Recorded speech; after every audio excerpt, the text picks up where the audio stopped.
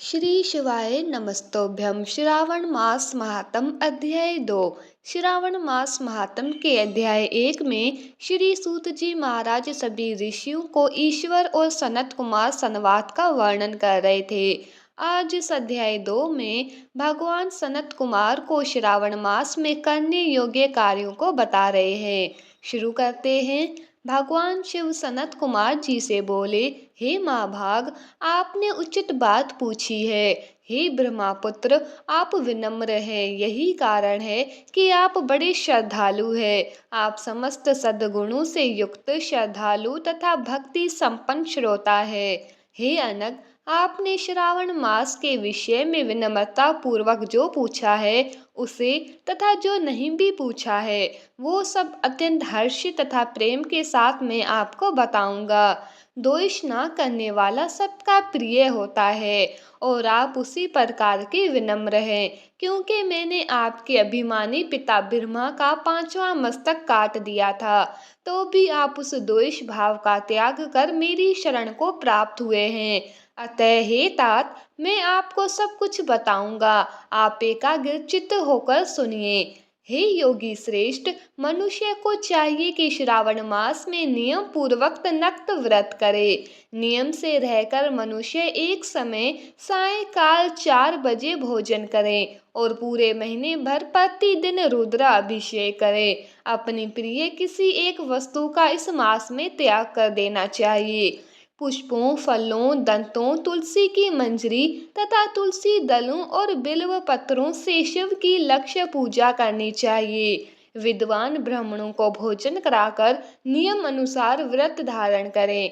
कोटि लिंग की पूजा अर्चना करनी चाहिए। महीने भर नियम धारण कर व्रत पालन करना चाहिए। इसके बाद शिव बोले, मुझे पंचामृत से अभिषेक कराना अति प्रिय है, अतः भक्त को मेरे लिए ये अवश्य ही करना चाहिए। इसके लिए जो कुछ भी किया जाता है वो अनंत प्रकार के शुभ फल देने वाला होता है। हे मुनियों में श्रेष्ठ, इस मास में भूमि पर सोए ब्रह्मचारी रहें और सत्य वचन बोलें। इस मास को बिना व्रत के कभी व्यतीत नहीं करना चाहिए। फलाहार अथवा हविष्य ग्रहण करना चाहिए। पत्ते पर भोजन करना चाहिए। व्रत करने वाले को चाहिए कि इस मास में शाक यानी साग का पूरी तरह से त्याग कर दें। हे मुनियों में उत्तम, इस मास में भक्ति युक्त होकर मनुष्य को किसी न किसी व्रत को अवश्य ही करना चाहिए। प्रातःकाल स्नान ध्यान करें, इंद्रियां निग्रह करें, अर्थात अपने इंद्रियों को वश में रखें। एकाग्र मन से प्रतिदिन मेरी पूजा करें। इस मास में मंत्रों का बार बार श्रवण करना सिद्धि प्रदान करने वाला होता है। शिव मंत्र और गायत्री मंत्र का जाप करना चाहिए। शिव जी की प्रदक्षिणा, नमस्कार तथा वेद पठन मनुकूल और मनवांछित फल प्रदान करने वाला होता है। पुरुष सूक्त मंत्र का जाप करना चाहिए, ये अत्यधिक फल प्रदान करने वाला होता है। कोटि होम, गृह यज्ञ होम, लक्ष्य होम तथा अयुक्त होम करने वाला मनवांछित फल प्राप्त करता है। इस मास में व्रत रहित रहने वाले को नरक की प्राप्ति होती है, वह वहां पर महाप्रलय तक रहते हैं। इस श्रावण मास के समान मुझे पूरे वर्ष का अन्य कोई दूसरा माह इतना प्रिय नहीं है। ये मास मनवांछित एवं कामना के अनुसार फल देने वाला होता है। ये मास सकाम व्यक्ति को मन इच्छित फल देने वाला तथा निष्काम व्यक्ति को मोक्ष प्रदान करने वाला है। अतः हे तत्पुरुष, इस मास में जिन जिन व्रतों को करने का विधि विधान है उनका वर्णन मुझसे विस्तार पूर्वक सुनो। रविवार को सूर्य व्रत करें, सोमवार को मेरा पूजन करने के पश्चात ही भोजन ग्रहण करें। श्रावण मास में प्रथम सोमवार से शुरू कर निरंतर 3 मास तक किया गया व्रत समस्त मनोकामनाओं और अर्थ सिद्धियों को देने वाला होता है। ये व्रत रोटक व्रत कहलाता है।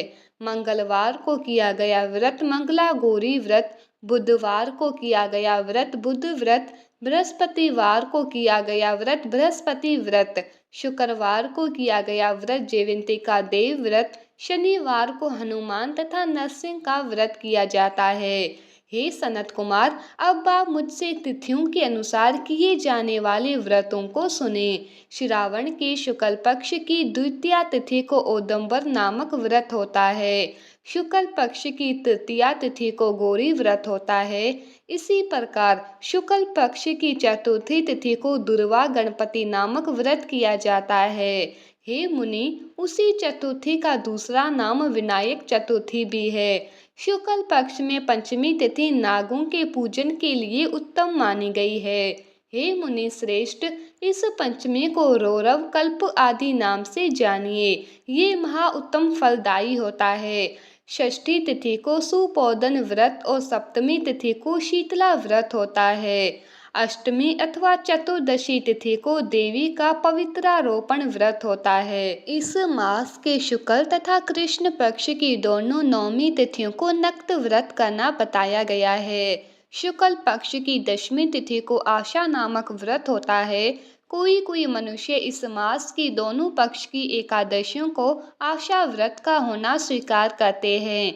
श्रावण मास के शुक्ल पक्ष की द्वितीया तिथि को श्री विष्णु का पवित्रारोपण व्रत बताया गया है। ये श्रीधर व्रत भी कहलाता है। इस द्वादशी तिथि में भगवान श्रीधर की पूजा करके मनुष्य परम गति प्राप्त करता है। उत्सर्जन उपाकर्म, सभा दीप सभा में उपकर्म, इसके बाद रक्षाबंधन, पुण्य श्रवणाकर्म, सर्प बलि और हयग्रीव का अवतार, ये 7 कर्म पूर्णमासी तिथि को करने हेतु बताए गए हैं। हयग्रीव नाम का भगवान विष्णु का अवतार माना गया है। श्रावण मास के शुक्ल पक्ष की पूर्णमाही को 7 व्रत होते हैं। श्रावण मास के कृष्ण पक्ष में चतुर्थी तिथि को संकष्टी चतुर्थी व्रत कहा गया है और श्रावण मास के कृष्ण पक्ष की पंचमी तिथि के दिन मानव कल्प आदि नामक व्रत को जाना चाहिए। हे द्विजोत्तम, कृष्ण पक्ष की अष्टमी तिथि को श्री कृष्ण का पूर्ण अवतार हुआ। इस दिन उनका अवतार हुआ, अतः महान उत्सव के साथ इस दिन व्रत करना चाहिए। हे मुनि श्रेष्ठ, इस अष्टमी को मानवादी तिथि जाना चाहिए। श्रावण मास की अमावस्या तिथि को पिठरो व्रत कहा जाता है। इस तिथि में कुशों का ग्रहण और वृषभों का पूजन किया जाता है।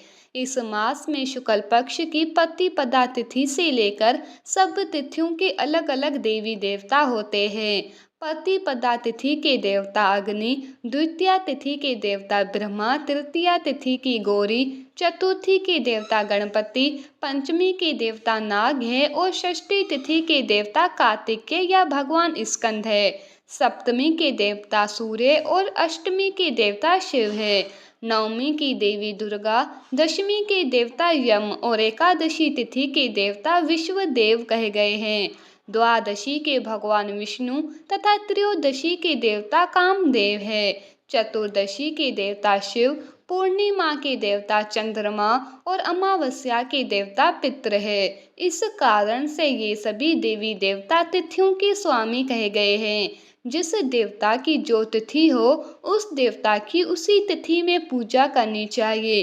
प्रायः इसी मास में अगस्त्य नक्षत्र का उदय होता है।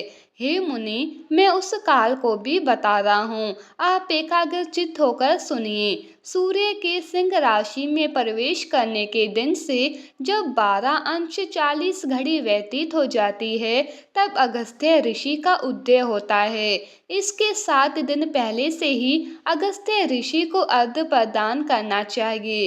12 मासों में सूर्य अलग अलग नामों से जाने जाते हैं। उनमें से श्रावण मास में सूर्य गबस्ती नाम वाला होकर तपता है। इस मास में मनुष्यों को भक्ति संपन्न होकर सूर्य की पूजा करनी चाहिए। हे सनत कुमार, चारों मासों में जो वस्तुएं वर्जित है उन्हें सुनिए। श्रावण मास में शाक यानी साग तथा भाद्रपद में दही का त्याग करना चाहिए। इसी प्रकार आश्विन में दूध तथा कार्तिक में दाल का त्याग कर देना चाहिए। यदि इन मासों में इन वस्तुओं का त्याग नहीं कर सके तो केवल श्रावण मास में ही इन वस्तुओं का त्याग करने से मानव सभी मनवांछित फलों को प्राप्त कर लेता है। हे मान्य सज्जन ब्राह्मण, ये बात मैंने आपसे संक्षेप में कही। हे मुनि श्रेष्ठ, इस मास के व्रतों और धर्मों के विस्तार को सैकड़ों वर्षों में भी कोई नहीं कह सकता। भक्त मेरी और भगवान श्री हरि विष्णु की प्रीति पाने के लिए संपूर्ण व्रतों का पालन करें। परमार्थ रूप से विचार करने पर आप मुझ में तथा श्री हरि में कुछ भी भेद नहीं पाएंगे। मुझ में और हरि में कोई भी भेद नहीं है, ऐसा जानना चाहिए। जो प्राणी हम में भेद की कल्पना भी करते हैं, वे सब अंत में नरक लोक में जाते हैं तथा अनंत दुख भोगते हैं। अतः आप श्रावण मास में नियम एवं धर्म का अनुसरण करते हुए समय व्यतीत करें। ये मार्ग सब प्राणियों के लिए कल्याणकारक एवं मोक्ष प्रदान करने वाला है।